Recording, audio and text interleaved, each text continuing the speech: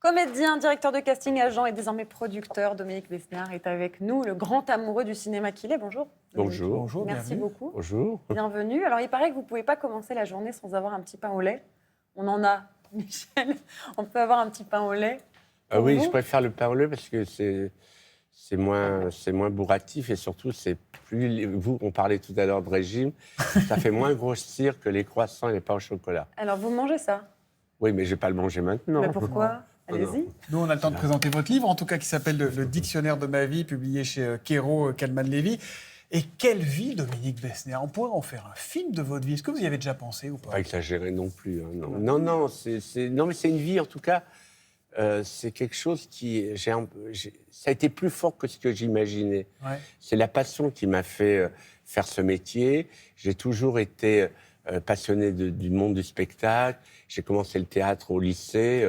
Du reste, ma prof de français, et qui était aussi la prof de Valérie Bonneton et de Capton à Deauville, vient de mourir il y a 2 jours. Vous en parlez dans le livre Madame Et du Schoenfeld. reste, c'était ma Brigitte Macron à moi, hein, en tout bien, tout honneur, mais elle nous a apporté la culture.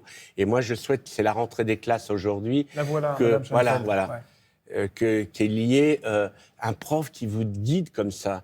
Et moi, mes parents étaient des petits commerçants très, très amoureux de nous, de mon frère et de moi, mais ils ne connaissaient pas la culture. Et elle m'a fait lire, elle m'a fait jouer.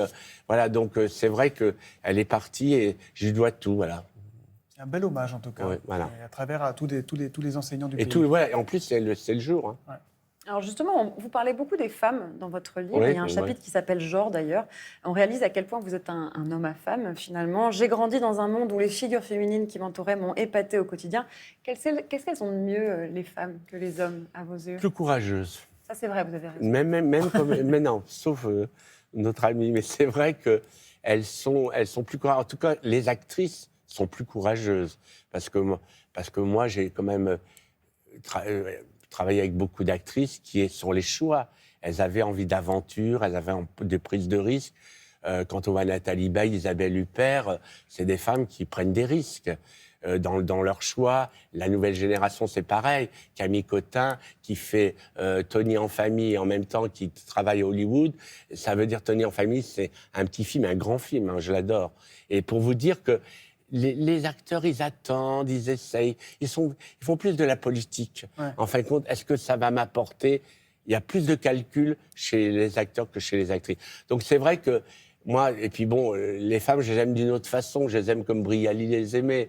Est-ce que c'est pas mieux que en fin de compte, moi je suis très féministe et en même temps je déteste ces mouvements tellement radicaux sur que les hommes, un homme et un prédateur, un homme, il y a un homme qui est prédateur, je sais plus, il y a une formule d'une femme qui disait un prédateur, c'est un homme sur 3, je crois, ou 2 hommes sur 3. C'est ridicule. Vous racontez dans le bouquin que vous êtes d'ailleurs un meilleur agent pour les comédiennes que pour les comédiens, pour les femmes que pour les hommes. C'est lié à ça? C'est lié à ce côté plus cash, plus direct? Oui, et puis surtout parce qu'il y a à la fois du glamour chez une actrice, il y a l'envie de séduire et en même temps... oui, le courage. Et puis moi, j'ai eu un manque de sœur. Ma sœur, j'ai un frère jumeau, elle s'est plus occupée de mon frère que de moi.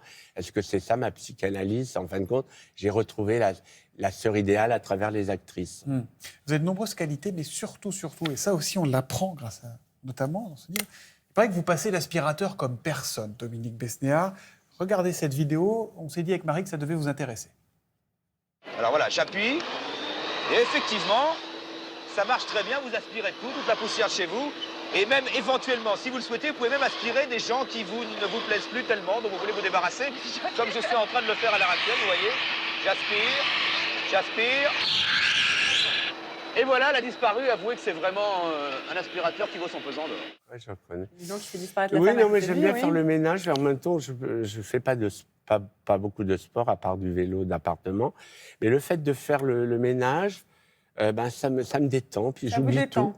Alors, un nul en repassage, pas très bon cuisinier, mais le ménage, et j'adore aller dans une droguerie, regarder les produits, il y a tout et n'importe quoi dans une droguerie. C'est comme dans une pharmacie pour maigrir où on pense que tout ce qu'a dit le médecin tout à l'heure.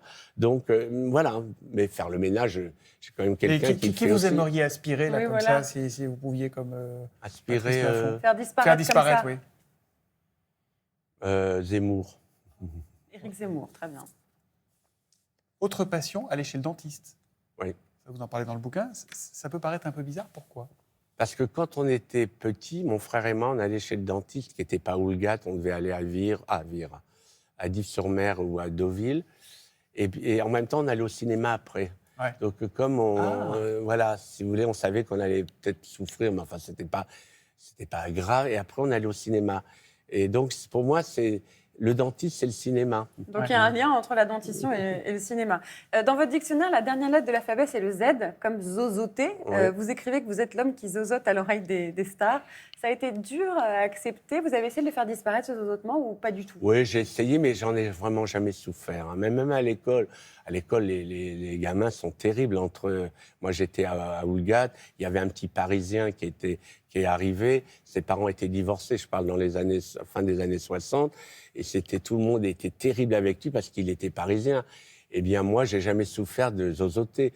Mais moi, j'avais une espèce oui, j'étais protégé parce que comme j'étais plutôt bon élève et qu'il y avait les caïds, enfin, on n'appelait pas ça les caïds de la classe, ils comptaient sur moi pour leur arranger leurs travaux d'école. Donc, j'étais toujours un peu protégé. Et du reste, il y a des photos, vous savez, les photos de classe. Ouais. Je suis toujours au milieu avec les caïds. Ouais. Alors, je sais Le pas. patron, toujours, tac, au voilà. milieu. Mais donc, non, honnêtement, bon, c'est vrai que quand j'ai voulu être un peu acteur, je me suis dit, mais à part Darry Cole qui a fait carrière avec un zozotement. Mais en même temps, ça ne m'a jamais posé des problèmes. Avant la pause, une toute dernière question quand même. Vous êtes aussi l'homme qui se cache derrière le succès de la série 10%. La question rituelle que je vous repose à chaque fois, on n'a toujours pas la réponse. Il sort quand le film 10%? Eh bien là, ça y est, le scénario est prêt. Ah, Vraiment. c'est pas un rôle pour nous? Ben, il a tourné, lui. J'ai fait un rôle muet. Oui, mais tu as tourné. Et alors, donc... On me dit que c'était un massacre. Non, non. Non, mais donc on va tourner au printemps. Voilà. Mais Donc, le sorti scénario quoi, est très dans bien. un an, Oui, on va tourner là au printemps. Alors le problème maintenant, c'est qu'ils sont tous pris. Grâce à 10%, ils sont dans le monde entier. Je parle pas seulement de Camille Cotin, mais ils travaillent tous. Voilà, donc mais en tout cas, on tourne au printemps. Mais l'important, c'est de trouver un bon scénario. Et cette fois, c'est fait. Ouais, c'est vraiment. Vous restez avec nous jusqu'à 9h30. À tout de suite, on part en pub avec votre chanson préférée, Tant de belles choses de Françoise Hardy.